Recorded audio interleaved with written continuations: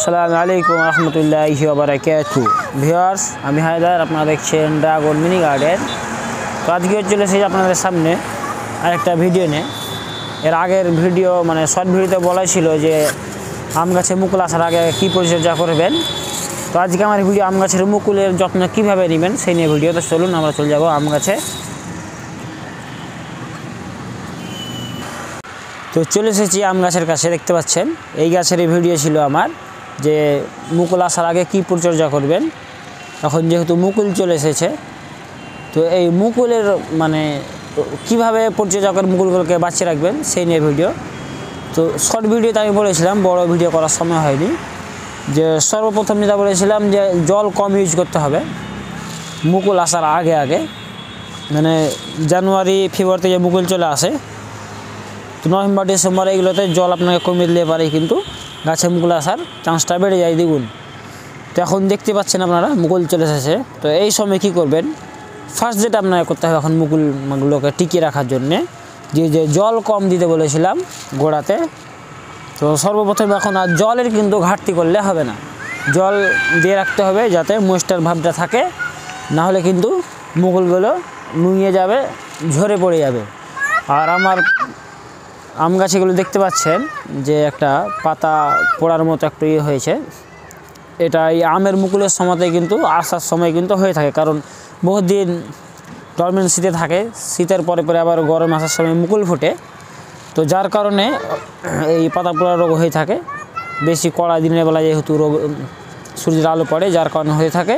এবং পাতা পোড়া রোগের কয়েকটা কারণ হতে পারে, খাবারের অভাবে সেটা হতে পারে, বা একটা জায়গাতে বহুদিন যদি থাকে শিকড়গুলো ব্যান্ড হয়ে যাওয়ার কারণে পাতা পোড়া রোগ হতে পারে।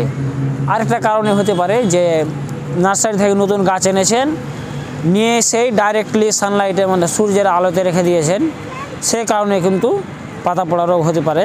তো এটা আমার মনে হচ্ছে যে তো শীতের পরে পরে হঠাৎ করে যে রোদ্দুর পড়ছে এবং মনে হচ্ছে মাটি আমার শুকিয়ে গিয়েছিলো, সেই কারণে এটা হয়েছে।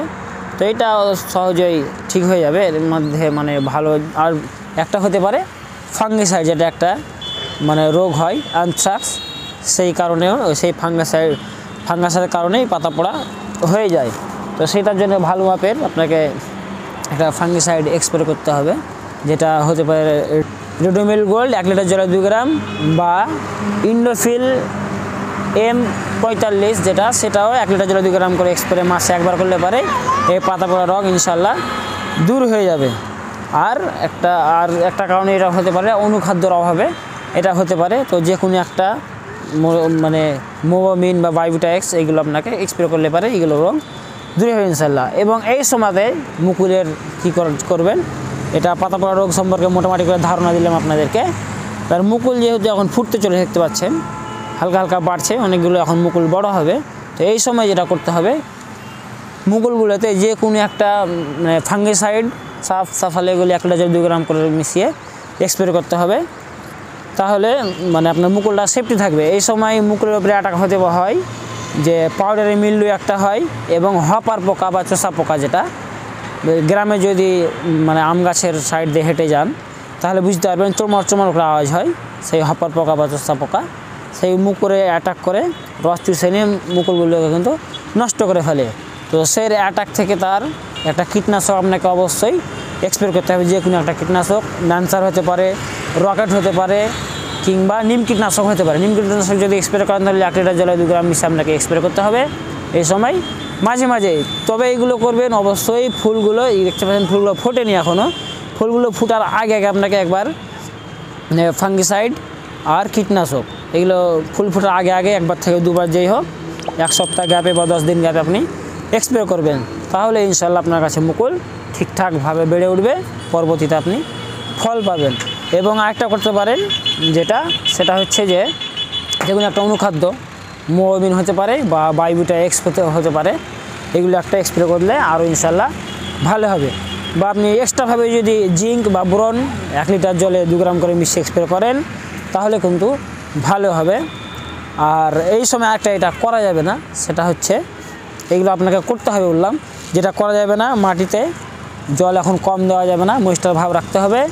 এবং এই সময় ভারী খাবার দেওয়া যাবে না, তার শিকড়গুলো মানে গোড়াটাকে ভালোভাবে খুঁচিয়ে যে ভারী খাবার দেওয়া হয় মিশ্র জৈব সার, সেই সার কিন্তু আপনাকে এখন দেওয়া যাবে না। মানে শিকড়ে আঘাত পড়লেই মুকুলগুলো সব ঝলসে যাবে, যার কারণে এখন কোনো ভারী খাবার দেওয়া যাবে না। খাবার দেওয়া যাবে না তাহলে কি, হালকা খাবার আপনারা দিতে পারেন, যে তরল জৈব সার এখন আপনি দিতে পারেন, যে কিচেন কম্পোস্ট থেকে তরল জৈব সার এগুলো দিবেন, বা যেটা কলার খোসাতে প্রচুর হারে পটাশ থাকে, সেই পটাশ আপনি এখন ইউজ করবেন, বা শস্যের খোলও মাঝে মধ্যে ইউজ করবেন তরল জৈব সার হিসেবে। এইগুলো এখন খাবার আপনি চালাবেন। ভারী খাবার শিকড় মানে গোড়া খুঁচিয়ে এগুলো এখন দিতে যাবেন না, না হলে ঝরে যাবে। তো এই সামান্য পরিচর্যা করলেই কিন্তু আপনার কাছে ইনশাআল্লাহ মুকুলগুলো বেড়ে উঠবে। দেখতে পাচ্ছেন কত সুন্দর মুকুল এসছে। তো আজকের ভিডিও এখান থেকে, ভিডিও যদি ভালো লেগে থাকে তাহলে লাইক, কমেন্ট, শেয়ার করে সাথে থাকবেন। আসসালামু আলাইকুম ওয়া রাহমাতুল্লাহ।